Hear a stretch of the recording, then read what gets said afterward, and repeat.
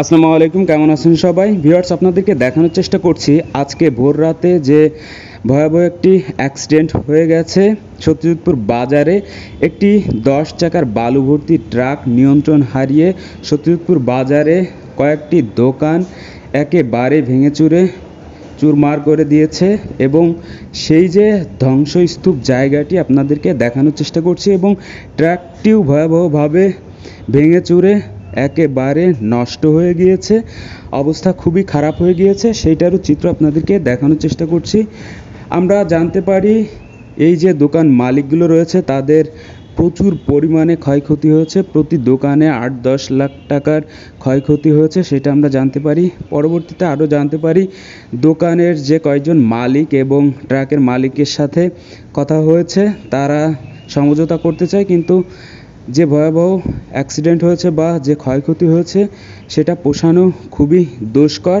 তাতে দোকান মালিকরা অনেকটাই নাখোশ এবং যে কথাটি গুরুত্বপূর্ণ হয়ে উঠেছে যে ভোর রাতে বা যে কোনো সময়ই ট্রাক ড্রাইভাররা ট্রাক না চালিয়ে হেল্পারদের হাতে এই যে ট্রাকটা তুলে দেয়, যার কারণে ভোর রাত্রে এই অ্যাক্সিডেন্টগুলো হয়ে থাকে।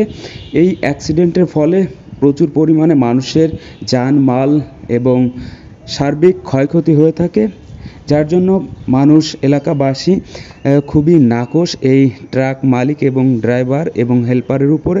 সেই ঘটনাটা আমরা জানতে পারি, আপনাদেরকে দেখানোর চেষ্টা করছি।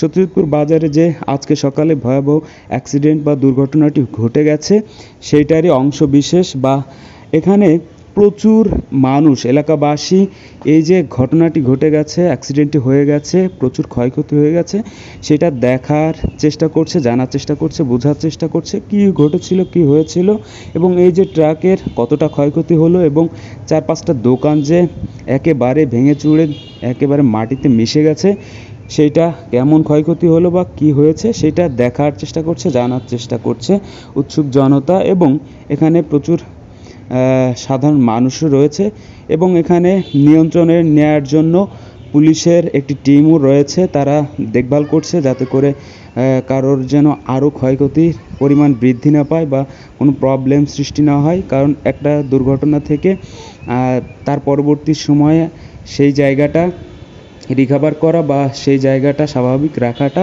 পুলিশেরই দায়িত্ব। বা এই যে জনজীবনের দুর্ভোগ সৃষ্টি হলো সেটা যাতে স্বাভাবিক পর্যায়ে নিয়ে আসা যায় সেই চেষ্টাটাই করছে পুলিশ।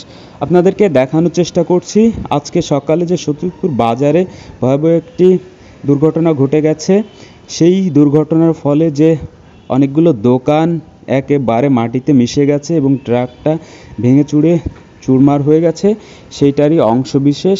প্রচুর মানুষ এখানে অবস্থান করছে, দেখছে, জানার চেষ্টা করছে। আমরা চাই যেন এরকম দুর্ঘটনা না ঘটুক মানুষের জীবনে, এরকম ভয়াবহ দুর্ঘটনার ফলে মানুষের মৃত্যু হতে পারতো বা এর থেকে আরও বেশি ভয়ঙ্কর কিছু হতে পারতো। তো আমরা চাই এই যে দুর্ঘটনাটি ঘটে গেছে, এই যে অ্যাক্সিডেন্টটি ঘটে গেছে কারোর হাতের নয়, যাতে করে এটার সমাধান হয় দোকান মালিক এবং ট্রাক মালিক সকলের ভেতরে সমঝোতা হয়, যাতে করে এই যে দুর্ঘটনাগুলো ঘটছে প্রায়শই মাগুরাতে প্রতিদিনই এরকম একটা দুর্ঘটনা ঘটছে, একটা ঘটনা ঘটছে, অঘটন ঘটছে। এই সকল অঘটন যাতে করে আমরা এড়িয়ে চলতে পারি, আমাদের জনজীবনের দুর্ভোগ যাতে কমাতে পারি, আমরা সেই কামনাই করি। ধন্যবাদ সাথে থাকার জন্য।